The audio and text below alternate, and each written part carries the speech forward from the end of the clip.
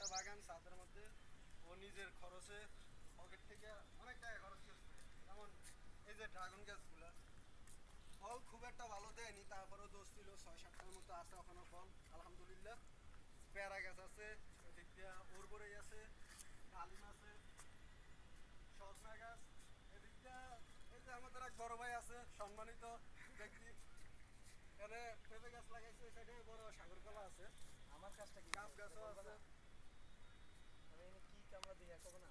তো এদিকে আরো আসেন। আমি গাছ পরিচর্যা এটা এটা আমাদের মালি মালি। হ্যাঁ হ্যাঁ, আমি এই গাছ পরিচালনা করি। হ্যাঁ হ্যাঁ, এটা এটা এটা গাছগুলো আমি পাগলা ডুমুর। পাগলা ডুমুর, এটা খাইবো যে হ্যাঁ। নিশ্চিত পাগল হবে, তাই তাই ওয়ারেন্টি গ্যারান্টি হবে।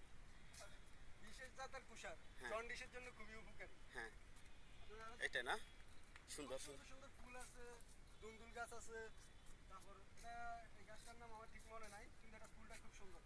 আচ্ছা তারপরে এই যে আরেকটা আছে, এটার নাম হলো যে আপনার দিতে ভুলে গেলাম না, আচ্ছা, নাম মনে হয় সমস্যা নাই।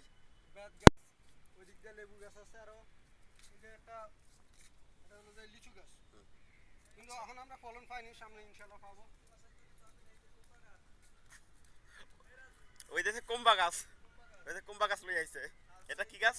এটা হচ্ছে এ যে পেয়ারা গাছ। গাছ, বরিশালের ভাষায় কাজী পেয়ারা। আর এটা হচ্ছে যে ম্যাঙ্গো, মানে সবরি সবরি সবরি। এইটা সবরি, এই যে দেখ কত বড় হইছে সবরি।